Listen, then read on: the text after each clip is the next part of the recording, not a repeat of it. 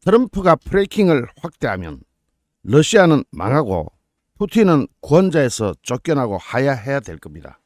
이건 트럼프가 원하든 원치 않든 의도하든 의도하지 않든 그렇게 되게 돼 있습니다. 이게 뭐냐? 지금 이거부터 하나씩 풀어나갈게요. 자, 트럼프 당선인이 대통령에 취임하면 제일 먼저 하는 일 중에 하나가 파리 기후변화 협약을 또 탈퇴하는 겁니다. 트럼프 1기 때 파리 기후변화 협약을 탈퇴했었죠. 기후고 나발이고 무슨 소리 하냐. 미국부터 묻고 살아야지. 그리고 파리 기후변화 협약에 따른 바이든의 기후 정책도 에너지 정책도 홀랑 다 뒤집습니다.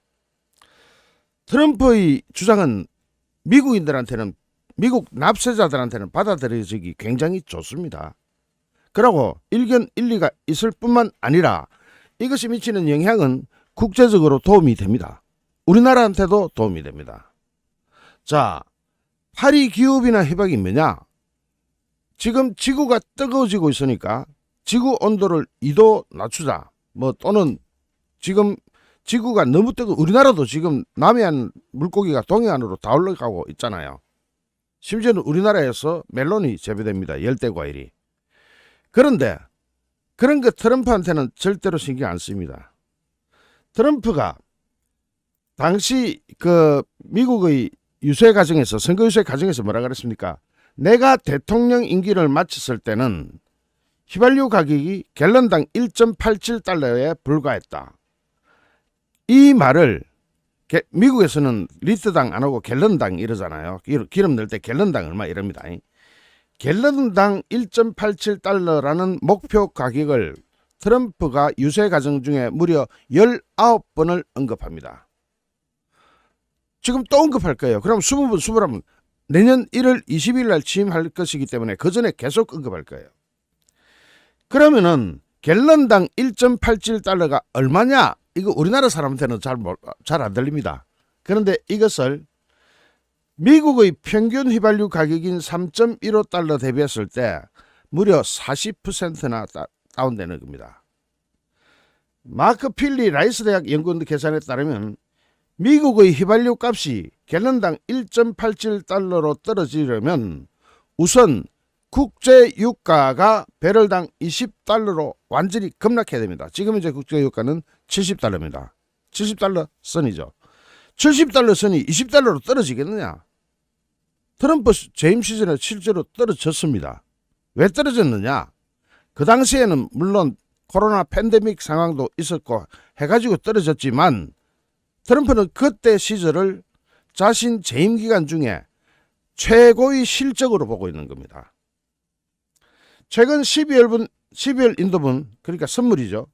서부 텍사스유 WTI는 배럴당 70달러 선에서 거론되고 있는데 이거는 실질적으로 당시 코로나19로 인해서 세계 원유 수요가 급강한 상황에서 사우디아라비아하고 이 러시아하고 석유 전쟁까지 벌이면서 유가 하락을 부추길 때 어차피 국제 유가는 떨어지니까 팬데믹으로 인해서 우리가 하나 1리터라도 더 팔자 하고 사우디하고 러시아가 출혈 경쟁을 하면서 당시 20달러로 떨어진 적이 있습니다. 자, 여기에서 지금같이 서부 텍사스유가 70달러 선에서 거래되고 있는 상황에서 뭘 어떻게 해가지고 떨어뜨리겠다는 거냐 하는 것이 이 프래킹입니다. 프래킹은 민주당에서는 사실상 반대했고 공화당이 찬성했죠. 왜냐? 이 수압 파쇄 공법이라고 하는 석유, 셰일가스를 추출하는 방법에서 엄청나게 물과 화학약품, 기타 등등이 사용되면서 환경오염을 유발한다는 것이 미국 민주당의 주장이었습니다. 그런데 그것이 실질적으로 환경오염을 유발할 것이냐 안 할 것이냐는 것은 10년이고 20년이고 100년이고 지나서 볼 일이고 지금 당장 이 방법으로 하면 미국의 석유 생산량을 엄청나게 늘려가지고 미국 안에서는 서부 텍사스유 기준으로 가격이 형성되잖아요. 거기다가 트럼프는 이 프래킹 수압 파쇄 공법 외에도 공공연하게 이런 이야기를 한 적도 있습니다. 뭐라고 했느냐? 지난 4월 달에 트럼프가 소유하고 있는 마르라고 리조트에서 미국의 주요 석유회사 CEO들을 만납니다. 트럼프가. 그 자리에서 바이든 행정부가 지금 시행하고 있는 환경 규제라는 것을 몽땅 폐기하거나 철폐해 줄 테니 자기 재선을 위해서 10억 달러만 내라. 트럼프가 실제로 그랬거든요. 근데 이 10억 달러만 내라가 현금 10억 달러를 가지고 와라 하면 불법이에요. 그건 아니고 미국에는 이 슈퍼팩이라고 하는 제3의 그러니까 트럼프와 직접 상관은 없는 걸로 꾸며지는 선거 자금을 서로 조달해가지고 광고를 집행한다든지 하는 제3의 선거운동 기관인 이 슈퍼팩을 만들어서 거기다 10억 달러 넣어라 이런 뜻이 되는데 트럼프가 했던 말 그대로 한번 해봅시다. 여러분은 지금 충분히 부유하지 않냐? 너 그 돈 많이 벌었지 않냐? 하면서 나를 백악관으로 돌려보내기 위해서는 바이든 행정부에 로비하지 말고 4억 달러나 로비를 했으니까 그거 하지 말고 나한테 합법적인 슈퍼백으로 10억 달러는 모금해줘야 되지 않냐 해가지고 당시 참석자들을 깜짝 놀라게 해버렸습니다.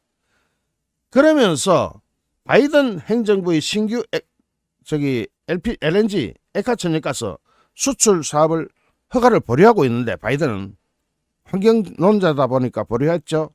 그거 임기 첫날에 딱 끝내보겠다. 임기 첫날에 딱 끝내줄게. 뭘? LNG 수출 사업. 이 LNG가 뭐냐? 액화천연가스를 미국에는 어떻게 추출하냐? 프래킹 공법으로 추출하면 왕창 추출할 수 있다. 거기에 대해서 미국의 석유업자들은 이거 LNG 수출 사업 허가를 신청을 했는데 바이든 행정부가 보류하니까 임기 첫날에 풀어줄게. 그러면 자 그게 풀리면은 미국 안에서의 소비뿐만 아니라 LNG, 석유 모든 부분에 대해서 미국에서 생산한 것을 전 세계로 풀어나가겠다. 이게 전 세계로 풀리면 어떤 일이 일어날 것이냐. 자, 지금 여기서 당시 쉐브론, 컨티넨탈 리소스스, 엑손모빌은 다 즐기고 옥시덴탈 페트롤리움 등 미국을 대표하는 석유업자들, 그 석유 재벌들은 여태 다 모여가지고 박수를 쳤습니다. 잠깐만요. 자, 이게 트럼프는 이게 원하지 않든 원하든 그렇게 될 텐데, 자, 프래킹을 무제한 허용한다. 그러면은 석유 정산이 이루어진다. 그러면 어떤 일이 벌어지냐? 자, 트럼프가 큰 소리 친 게 자기가 재임 시절에 임기 후반에 진짜로 배럴당 20달러 이걸 했나? 했어. 지금 제가 브렌트 가지고 왔는데 당시 2020년 4월 20일의 유가 차트입니다. 실제로 그 당시에 20불로 했잖아. 21.511 20달러대를 했잖아요. 그러니까 이게 국제유가예요. 이거는 왜 제가 브렌트유를 가져왔냐면은 서부 텍사스유는 방금까지 설명을 잘 했기 때문에 브렌트유를 가져왔습니다. 이 브렌트유는 국제유가의 기준입니다. 자, 미국에서 그렇게 해버리면은 국제유가가 어떻게 되느냐가 나오는. 자, 실제로 20달러대가 멀지도 않아 4년 전에 있었잖아. 우리가 다 까먹어서 그렇지 있었잖아. 그러면 앞으로 어떻게 굴러갈 거냐. 지금 이제 브렌트유 기준 73달러 오늘 하고 있더라고요. 73.97달러니까 74달러 잡읍시다. 여기에서 3달러다 4달러 빼면 텍사스유 아닙니까? 그러니까 텍사스유는 70달러. 여기서 더 올라갈 거냐? 석유 국제유가가 이번하게 갈 거냐? 확 떨어질 거냐? 이것이 누구 손에 달렸나? 사우디아라비아의 오사마 빈 라덴한테 달렸느냐? 지금 이제 석유 수출 세계에서 1위라고 하는 푸틴한테 달렸냐? no. 석유도 국제시장 전체를 놓고 볼 때 수요와 공급에 의해서 달라지는데 미국에서 무제한 공급을 시작해버리면 무제한이라고 하는 게 좀 어폐는 있습니다만은 자, 이것도 좀 이따 볼 거니까 봅시다. 실제로 이렇게 됐잖아. 실제로 20달러 한 적 있잖아. 트럼프는 이 시절을 이제 생각하고 있는 겁니다. 이렇게 되면은 자, 거기다가 지금 이제 미국에 석유 파고 있는 유정이라고 하죠. 유정할 때 기름 유자 우물 정자 아닙니까? 기름 우물. DUC가 Drilled but Uncomplete 뭡니까? 드릴은 뚫었는데 완공시켜주지 않은 그런 데가 준비되어 있는 데가 엄청나게 많습니다. 허가만 나면 그대로 뚫어보면 이거는 뭐 다 드릴도까지 끝냈어. 그런데 바이든 행정부 당시에 기타 요정이 좀 개발이 덜 되면서 DOC 이 미완결 유정이라고 하는 여기가 마찬가지로 또 줄어드는 기현상을 보이기도 했습니다. 이것이 트럼프 2기가 시작되면서 빠르게 회복하면 어떻게 되느냐. 2기에서는 원유고 가스이고 나활이고 에너지에 대한 규제 완화가 왕차차창 이루어질 것이고 미국 내 시추활동이 다시 활발히 일어날 수밖에 없고 그렇게 되면 생산량이 증가할 것이고 미국 생산량이 증가하면 남아돌게 될 것이고 남아돌면 다른 나라가 안 사갈 수 없을 것이고 싸면 사오는 거지 뭘. 싸면 사지 싼데 안 사? 그럼 우리나라도 가서 볼 것이고 자 싸게 파는데 안 사와요. 그런 게 어디 있어요. 이 경우 현재 70달러 또는 80달러대로 오르락 내리락 하고 있는 국제 유가의 하방 요인이 될 것은 분명하게 틀림없어집니다. 자, 그렇지만 이것이 트럼프 말대로 될 거냐? 에너지 경제학자들은 미국 대통령이 유가를 낮출 수 있는 파워에도 한계는 있다고 주장합니다. 이거 잠시만 보고 넘어갔는데 대표적으로 보면은 우선 산유국이라는 게 미국 마음대로 되는 게 아니고 오페크 플러스 정책에 사실상 크게 좌우되고 있지 않냐라고 에너지 정책, 즉 트럼프의 반대론자는 이야기합니다. 그거고 나발이고 수요하고 공급이 딱 정해져 있다고 한다면 공급이 와장창 늘어나면 가격이 떨어지지 뭐 오페크 플러스고 할배고 나발이고 그런 게 왜 상관 있겠느냐 라는 주장도 나오겠죠. 그런데 여기서 에드 허스 휴스턴대 연구원 이 사람 말은 조금 약간 참고할 필요가 있습니다. 뭐냐? 일반적으로 원유값이 배럴당 45달러 밑으로 떨어지면은 석유기업들은 당장 손익분기점을 맞춰봐야 되는데 손익분기점을 넘기기 힘들어지면은 이를테면 트럼프가 큰소리치는 배럴당 20달러 선까지 떨어지면은 메이저 석유회사들은 주요 이 시추공 투자에서 아예 손을 떼버릴 가능성이 높아지겠죠. 그러면 뭐가 또 증가하느냐? 요 DOC가 증가하는 겁니다. Drilled but Uncomplete. 즉 드릴은 뚫었는데 아직 완공하지 못한 그게 또 늘어나겠죠. 그러거나 말거나 트럼프는 한다면 합니다. 트럼프가 뭐 그런 게 자 배럴당 20달러까지 떨어지면은 지금 석유업자들한테 야 10억 달러는 내놔라 하고 그건 합법적입니다. 불법적으로 정치자금 내놓으라 한 게 아니에요. 미국의 슈퍼팩은 좀 따로 제가 말씀 많이 드렸는데 어쨌든 10억 달러 내놔라 해가지고 실제로 석유 메이저들이 트럼프한테 정치자금 어마무시하게 냈습니다. 물론 슈퍼팩이라는 합법적인 수단입니다. 자 여기서 그렇게 내난 데서 야 20달러 선으로 떨어지면 우리는 못해. 정치자금 실컷 해가 당선시켜줬더니 이 20달러 너무한 거 아니야? 하게 되면 트럼프는 뭡니까? 나는 2번 출마 안 해, 이 사람들아. 나는 이번 2기가 임기 끝이야. 더 이상 출마할 일 없어. 시끄러. 하고도 잔돈이 남을 사람이죠. 그러고도 뭐 푼돈 우수리가 남을 트럼프 배짱은 그런 거니까 장사꾼이 장사 잘해가 이익 냈으면 된 겁니다. 자 여기서 20달러까지 떨어지지는 않는다고 보고 20달러까지는 안 떨어진다고. 왜냐하면 20달러로 떨어졌던 것은 팬데믹 상황이었으니까 안 떨어진다고 보더라도 수요와 공급을 약 10%나 20%만 넘치게 공급해버리면은 그 다음에는 오페크는 감산할 수밖에 없겠죠. 오페크는 감산하고 미국은 정산한다. 그럼 돈은 미국이 박박 긁어 대는 겁니다. 오페크는 그 감산해. 석유 생산 줄여. 우리는 돈 벌게. 그러면은 오페크는 예를 들어 사우디아라비아가 아이고 안 되겠다. 우리도 팔아먹어야 되겠다 하고 또 감산을 축소할 수밖에 없겠죠. 그러면 국제유가는 떨어집니다. 자 이것이 어떤 현상하고 연결되느냐. 러시아의 수출 차트입니다. 방금 걸고 왔으니까 최신 차트입니다. 러시아의 수출 주요 특징을 보면은 이거 완전히 트럼프의 이 정책이 성공하면은 트럼프가 원하든지 않든 푸틴은 실각될 수 있습니다. 예를 들어 하야를 하거나 쫓겨나거나 잘못하면 맞아 죽을 수도 있습니다. 왜냐? 러시아 수출의 주요 특징을 보면은 철저하게 국제유가하고 연동되고 있습니다. 이게 뭐냐? 러시아 수출이 폭 떨어졌던 때를 봅시다. 언제입니까? 2020년.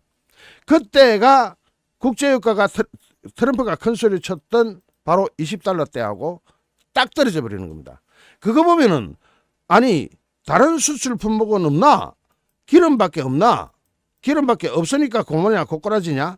맞아요. 러시아 수출은 기름밖에 없다고 보는 게 맞습니다. 전에 러시아 산업구조 제가 철저하게 한번 해보여 드린 바 있는데, 그래서 러시아 수출은 기름값이 올라가면은 러시아 수출은 확 늘어납니다. 물량이 늘어나서가 아니에요. 금액이 올라가서 늘어납니다. 대표적으로 2022년도 차트 한번 보십시오. 러시아 수출이 확 늘어나죠. 저 때가 배럴당 100달러 넘어갈 때입니다. 2022년 2월 달에 전쟁이 펑 터지고 나니까 국제적으로 유가가 점프를 했죠. 점프하면서 러시아가 떼돈을 벌기 시작한 때가 지금은 어떻습니까? 쪼르륵 내려와 있죠. 자, 100달러 하던 게 70달러 가니까 쪼르륵 내려갔지 않습니까? 20달러 할 때 러시아 수출은 완전히 바닥으로 갔죠. 그러니까 저렇게 단 한 가지 품목의 수출 실적이 달라지는 나라는 산유국들밖에 없습니다. 러시아는 산유국입니다.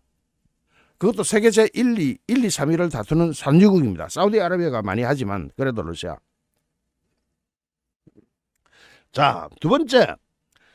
그러면 석유 수출 물량은 어떻게 되냐? 몇 톤 팔고 컨테이너 몇 개 팔고 배를 그림자 쓰다리 몇 개를 실어내고 이건 어떻게 되느냐? 이거는 지금 현재 서방 세계가 만들어 놓은 오일 프라이스 캡, 러시아 유가 상한제. 배럴당 60달러 이상 절대로 사지 말자. 사가지고 거래하게 되면은 영국이 꽉 쥐고 있는 게 국제해상보험이니까. 국제해상보험은 영국밖에 없다고 보면 됩니다. 영국이 꽉 쥐고 있으니까 보험 안 들어줘. 그러거나 말거나 그림자 쓴다는 부지런하게 다니고 있죠. 보험 안 들어도 돼. 유조선 거의 폐선할 때 된 거 다 뜯어가지고 철강으로 분해될 유조선 다 사가지고 그림자 쓴다니 막 다니면서 물량으로 조져 나가고 있습니다. 그런데 석유 수출 물량이 물량 자체가 오일 프라이스 캡, 러시아 유가 상한제 회피에 영향을 받습니다. 왜냐? 국제 유가가 최대치로 하락하게 되면은 중국이나 인도가 가만히 있어봐라. 보험도 제대로 들고 제대로 든 물량 제대로 살 수가 있는 시대가 왔네. 석유를 가장 많이 쓰는 나라는 중국하고 인도입니다. 인구가 많으니까 14억 이래서니까 우리나라도 많이 쓰지만 5천만 아닙니까? 기본적으로 우리나라는 산업이 석유를 많이 쓰고 중국이나 인도는 사람들이 많이 씁니다. 물론 중국과 인도도 산업 동향에 따라서 석유 수요가 어마무시하게 오르락 내리락 하죠. 그런데 거기서 전부 산업 인구와 또 관련이 있습니다. 그러면 중국과 인도가 러시아에서 수입하는 물량을 줄일 러시아 거를 괜히 서방 세계에 부담을 주면서 야매로 살 유인이 줄어듭니다. 왜냐? 국제유가가 20달러대로 떨어져 버리면 그냥 거저 주워오는 거나 마찬가지인데, 중국과 인도가 오일 프라이스 캡을 회피하면서 저 그림자 선단으로 사들이는 야매 물량을 수입할 유인이 줄어든다면 러시아는 물량에서도 까지고 가격에서도 까지고 그냥 먹습니다. 자, 이 차트는 제가 몇 번 보여드린 차트인데 이게 라디오 프리 유럽, 자유 유럽 방송에서 만드는 그 차트입니다. 소련의 아프가니스탄 침공 때와 지금의 우크라이나 침공 때의 국제 유가 그래프는 거의 무서울 정도로 똑같습니다. 돈 좀 생기면 남의 나라 쳐들어가는 게 푸틴 또는 러시아의 취미생활인 것 같습니다. 그래가지고 국제 유가가 지금 현재 시세로 따졌을 때 약 100달러 가까이 가니까 바로 아프가니스탄부터 침공했습니다. 그때 했잖아요. 그러다가 국제 유가가 40달러, 30달러 이하로 내려가니까 러시아가 구소련 소비에트 연방 구소련이 망해버렸습니다. 해체돼 버렸습니다. 구소련이 붕괴하는 시점의 국제 유가 차트와 2020년도 배럴당 20달러 차트 때는 거의 같습니다. 그런데 그때는 왜 러시아가 안 무너졌느냐? 그때는 러시아하고 미국이 나버리고 전 세계가 다 똑같이 팬데믹으로 아무것도 안 하고 있을 때입니다. 말하자면 우리나라도 마찬가지였죠. 그런데 어쨌든 국제 유가가 하락해가지고 일정 기간을 쭉 지속해 나가면은 러시아는 그냥 그걸 못 견디고 소련은 그걸 못 견디고 넘어가 버렸습니다. 이거는 제가 그린 차트 아니지 않습니까? 그죠? 그러니까 그렇게 된 이력 경력이 있는 게 러시아다. 자, 거기다가 EU가 러시아산 LNG에 전쟁세를 매기겠다고 하는데 어쨌든 지금 그럼 푸틴은 뭘로 전쟁 치고 있냐? 여러분한테 여러 번 말씀드렸죠. 러시아 국부 펀드 헐어가지고 쓰고 있습니다. 말하자면 적금깨가 쓰고 있어요. 러시아 국부 펀드가 누구 겁니까? 러시아 국민 겁니다. 우리나라로 치면 국민연금 이렇게 보유하고 있는 거나 같습니다. 국민연금이나 건강보험 이런 거를 딱 보유하고 있죠. 우리나라 일정 수준. 국부 펀드가 바로 그겁니다. 산유국들은 국제 유가가 떨어질 때를 대비해서도 국부 펀드를 가지고 있고 또는 산유국들의 자기네들이 다른 나라보다 축복받은 게 그거죠. 이를테면은 러시아 국민들의 노후 자금을 이렇게 국부 펀드로 모아 놓습니다. 그런데 국부 펀드 어떻게 되고 있나요? 홀랑 다 털어먹고 있죠. 홀랑 다 털어먹었어. 국부 펀드 털어먹고 있는데 자 거기다가 러시아 국부 펀드 중에서 유동자산으로 치는 부분, 유동자산이 뭡니까? 유동자산이라는 게 가장 빨리 팔아서 현금화시킬 수 있는 자산이죠. 이건 다 털어먹었습니다. 거의 없습니다. 이제 절반 이하로 툭 떨어진 거죠. 자, 어쨌든 러시아는 자기네들이 가지고 있는 국부 펀드를 털어가지고 전쟁 자금으로 쓰고 있습니다. 그러니까 자금원이 있으니까 돈이 있으니까 적금 들어놓은 거 있으니까 그거 깨가지고 전쟁을 치면은 전시경제가 돌아갈 거 아닙니까? 그러니까 지금 러시아는 전시경제가 팽팽팽 잘 돌아가고 있으니까 마치 러시아가 아무 일도 없고 잘 돌아가는 것처럼 특히 모스크바를 한번 갔다 온 사람들은 야 가보니까 예전이나 지금이나 똑같더라. 뭐 달라진 거 없더라. 전쟁의 공포도 없고 이런 소리를 합니다. 그럴 수밖에. 적금 다 깨버렸으니까. 그러면은 적금 깨도 되는 거는 하나 있습니다. 뭡니까? 국제유가만 정상적으로 유지되고 올라가 주면 적금 좀 꽤 쓰지면 나중에 돈 벌 텐데 기름은 어차피 펄펄 솟아나는 것이고 여기서 조건은 국부펀드를 깨도 되는 조건은 국제유가가 다시 올라가고 자기네들이 기름 생산 능력 이거는 계속 유지된다는 조건이죠. 기름 생산 능력은 줄어들지 않을 겁니다. 계속 유지될 거예요. 그런데 국제유가가 그걸 못 받치기 시작하면 어떻게 됩니까? 이를테면 똑같이 한 배럴을 생산한다고 하더라도 한 배럴당 70원에 파는 거하고 한 배럴당 20원에 파는 거하고 무려 50원의 손해를 보게 되죠. 그러면은 지금 현재 러시아의 원유 생산 비용은 얼마 정도 되냐? 원가가 어느 정도 되냐? 여러분 이거 말이 많죠? 어떤 데는 뭐 15달러로 된다. 어떤 데는 뭐 40달러는 넘어야 된다.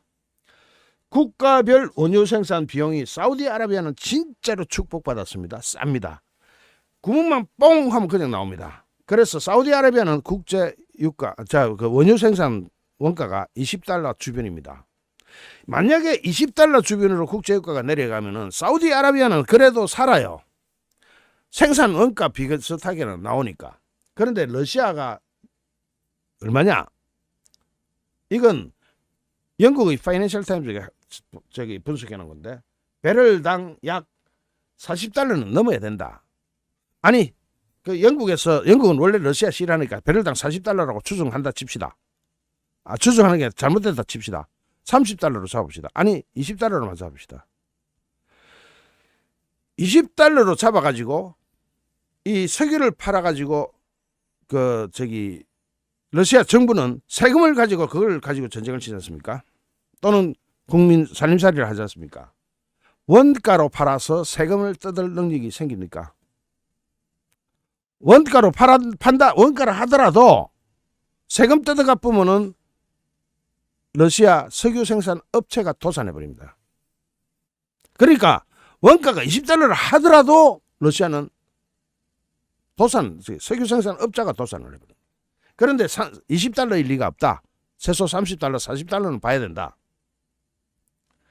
그리고 주요 석유 수출국과 국제 유가의 관계를 볼 때 재정 수입 중에 석유 비중이 얼마냐? 자, 사우디는 90% 가깝습니다. 러시아는 50% 나오죠.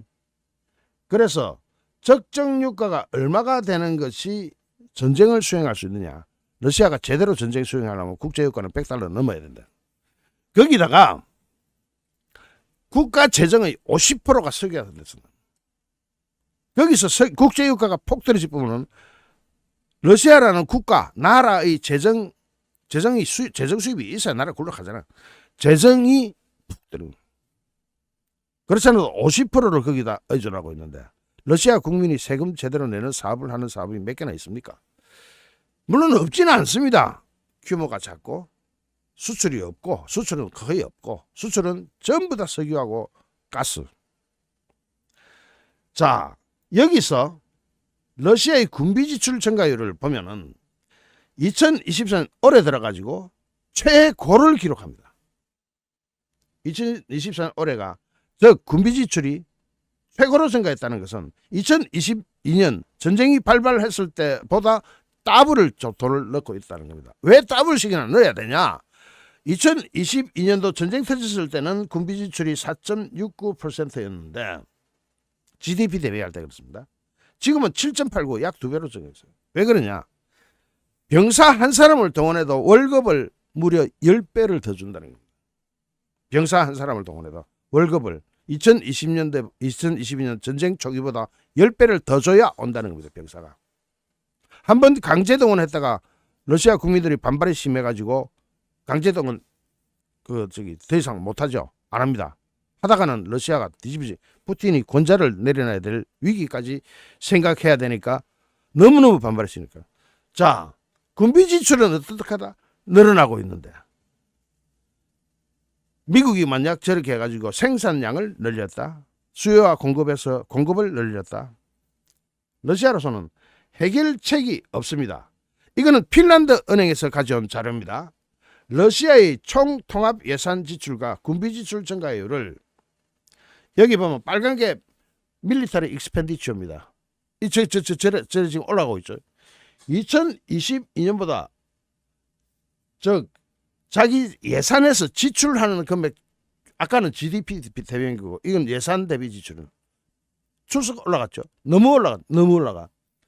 이거 핀란드 은행 자료입니다. 자,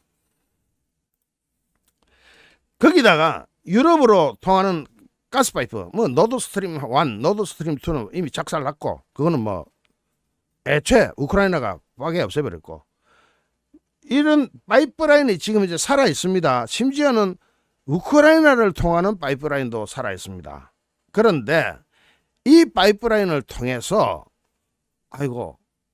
수송할 수 있는 물량이 유럽이 필요한 것은 고사하고 터키가 필요한 것조차도 다 못 해줄 양이 되는데 그러다 보니까 파이프라인이 거의 없어지다 보니까 이걸 압축을 하는 겁니다. 가스를 파이프라인으로 갈 때는 기체로 보내는데 이걸 액체로 압축하는 겁니다. 압축해가지고 액체로 만드는 것은 액체가 뭡니까? 영어로 리퀴드죠. 그래서 리퀴드 액화된 천연가스 LNG로 실어 나르야 되는데 이거 실어 나르는데 전쟁세를 부과하겠다. 그거 사는 사람들이고 파는 사람들이고 전쟁세 내놔 해가지고 EU에서 받아들여가지고 우크라이나 주겠다는 겁니다. 자, 점점 더 쪼여오고 있습니다. 자, 지금 현재 유럽은 사실 러시아로부터의 에너지에 규칙을 좀 어기는 야매로 장사하는 업체들이 상당히 좀 있습니다. 그런데 국제 유가가 만약에 20달러, 30달러, 40달러로 떨어지면 이럴 필요가 있다 없다. 그나마 러시아를 어느 정도 지지해주던 이게 양이 크진 않습니다. 그러나 야매 시장이 확 날아가 버립니다. 국제유가 떨어지면 야매 시장 날아가 버립니다. 야매 시장이 날아가면 러시아는 지금까지 야매로 해가지고 그러나 그런 대로 챙기 묻고 살았는데, 자 이거는 어디 자료냐? CREA 러시안 포실 퓨얼 러시아의 화석 연료 수출 어떻게 되고 있습니까? 양도 줄어듭니다. 양도. 자 금액뿐만 아니라 아까는 금액주로 이야기했는데 양은 어느 정도 받쳐줄 것이다. 근데 지금까지 여러분이 보신 것처럼 양도 줄어듭니다. 금액도 물론 줄어듭니다. 자 지금 수출 자체가 러시아 경제는 그 석유 수출 말고는 이야기하면 안 돼. 어쨌든 그런 지금 이제 벌써 그런 기사가 나오고 있죠. 러시아 경제는 회복력이 있는 것으로 보이지만 수백 개의 회사는 파산하고 있다. 왜 그럴까? 전부 다 전시경제 쪽은 너무너무 잘 돌아가는데 소비경제 쪽은 직원을 구하지 못해서 사람이 없어서 파산하고 있다는 외신입니다. 비즈니스 인사이더 겁니다. 르몽드지 이런 이야기하고 있습니다. 러시아가 죽음의 경제 성장을 촉진하고 있다. 죽음의 경제가 성장을 촉진하고 있다. 전문가들은 계약 인력에 대한 지불과 사망한 군인의 가족에 대한 보상금 등 군사 분야에 엄청난 금액이 쓰이고 있고 이로 인해 전쟁이 장기화되는 재정적 거품이 조성되고 있다. 뭡니까? 아까 제가 잠시 이야기했지만 전쟁을 계속하다 보면 사람이 계속 투입돼야 돼요. 전쟁을 기계로도 하지만 기계를 운영하는 것도 사람이고 결국은 지금 이제 하루에 1250명 가까이 갈려나가고 있는 전쟁 상황을 볼 때 죽음의 경제가 뭐냐면은 전사 한 사람 할 때마다 보상금이 옛날에는 뭐 예를 들어 1,000만 원 나가서 지금은 1억 이상 어마무시하게 나가는 거죠. 그게 한두 사람 죽어나갑니까? 하루에 1250명. 자 이렇게 되면서 경제가 어떻게 됩니까? 저기 저 극동 지역이나 어디 변두리 지역 이런 데 사람들은 오히려 사람이 자기 자식이나 남편이나 죽으면 보상금을 어마무시하게 그 지역에는 경제 수준이 너무 낮으니까 어마무시한 금액을 받게 됩니다. 그렇게 되면은 중앙정부는 이것을 지속하고 지탱해 나갈 수 있는 게 어디서 나온다고요? 국부펀드하고 국제유가에서 나왔는데 국제유가도 지금 70달러 선에서 안정되고 있고 국부펀드는 다 털어먹고 지금 다 거의 깡통이 다 돼간다. 지속할 수 있나요? 지속하는 것 자체가 뭡니까? 지속하는 것 자체가 거품이라는 겁니다.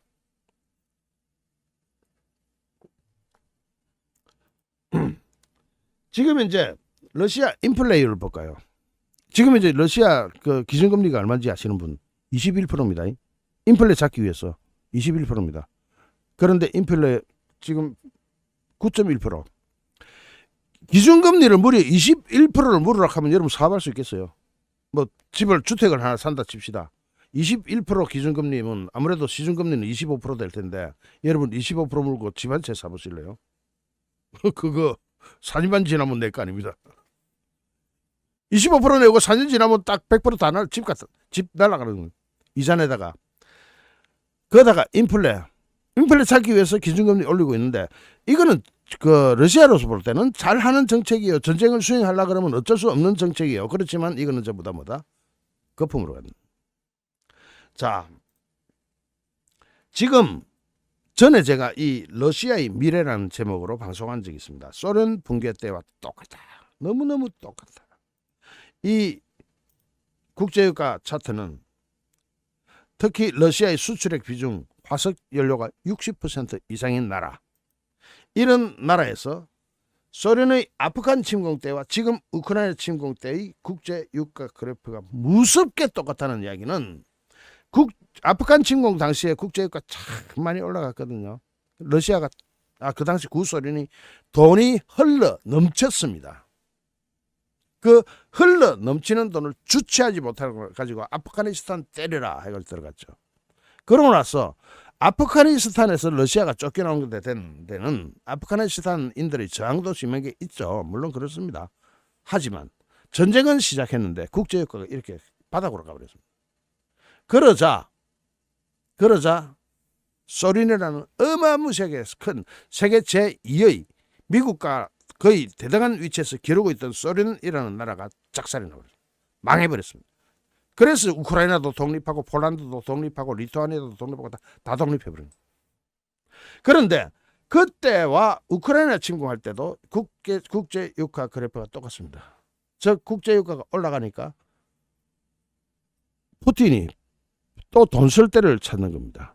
아, 이번에 우크라이나 쳐라 이런. 그래가 우크라이나 전쟁 터진 거예요. 치고 나서 더 국제유가가 올라갔죠. 배럴당 100만 달러. 배럴당 100불. 그랬다가 지금 국제유가는 70달러 선에서 안정되고 있는데, 사실 여기까지 분석하면, 여기는 전에 한번 분석했던 거라서 넘어가겠습니다. 러시아의 원유와 가스 수출에까지 다 분석해 넘어가야 되는데, 지금 주제는 요거하고 다르니까 이쪽으로 다시 돌아가겠습니다. 자, 그런 상황에서 배럴당 얼마가 될 것이냐 하는 것은 앞으로는 지금 미리 내다볼 수는 없지만, 트럼프가 정권 잡자마자 제일 먼저 할 일이 파리 기후협약에서 탈퇴하겠다. 전에도 탈퇴했고 이번에 탈퇴한다. 에너지 정책 모두 다 뒤집어진다. 그러면서 프래킹을 무제한화한다. 프래킹 허용하면은 자기 배럴당 목표가 19번이나 이야기해서 갤런당 1.87달러. 이거 배럴로 환산하면은 배럴당 20달러. 자, 여기서 배럴당 20달러가 진짜였나? 진짜였네. 진짜였네. 트럼프 임기 후반에. 그때는 물론 팬데믹 때문에 그랬기도 하지만, 여기에서 트럼프는 절대로 빠꾸를 안 하는 게, 이미 석유 메이저들하고 어마무시한 유착을 해냈다. 즉 이번 선거 때 10억 달러 내 말하라고 리조트에 석유 메이저들만 놓고, 물론 이거 합법적인 겁니다. 슈퍼백을 통한 10억 달러 내 해가지고 그걸 기하로 정치 자금을 쓰게 된 거죠. 광고나 이런 걸 집행할 수 있었죠. 그 영향력에서 자유롭지 못하다는 뜻은, 이거는 이 정책은 빠꾸가 없다. 뒤로 돌아가는 게 없다. 그거밖에 없다. 그거밖에 없으면 국제유가는 어느 정도 하락될 것이다. 그 어느 정도가 얼마나 하락될 것인지는 노바디 노스지만, 트럼프가 큰 소리 친 것처럼 20달러는 안 된다 하더라도 러시아는 지금 현재 우리가 봤던 그 모든 데이터들을 보면 어떻게 되죠? 국제유가가 70달러, 100달러 하는 데서도 자기 국부펀드 다 털어먹어버렸어요. 국부펀드 중에서 유동자산은 절반 이상 다 털어먹어버렸어요. 적금 다 깨가 먹어버렸어요.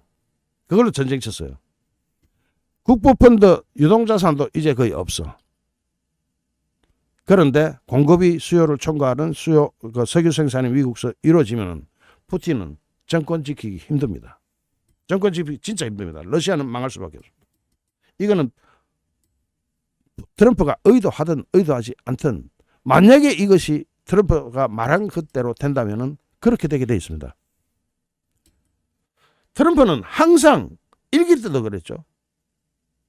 기름값에 무지하게 신경 씁니다. 왜냐? 미국인들은 누구나 차를 가지고 있습니다. 그래서 기름을 한번 넣을 때마다 에이 바이든 개새끼 이렇게 하고 넣습니다. 왜 이리 비싸 기름값? 트럼프 때는 쌌는데. 기름 넣을 때마다 이거 미국도 전부 다 자기가 넣는 사람 많잖아요. 셀프주의소. 넣을 때 이거 스위치 잡을 때마다 욕을 하는 겁니다. 트럼프 인기 비결 중에 하나가 이겁니다. 우리는 신나님 프래킹이 뭐예요? 이게 방송 제일 초반에 설명을 하고 왔거든요. 신나님. 그래서 방송 처음부터 보셔야 되는 게 원칙입니다.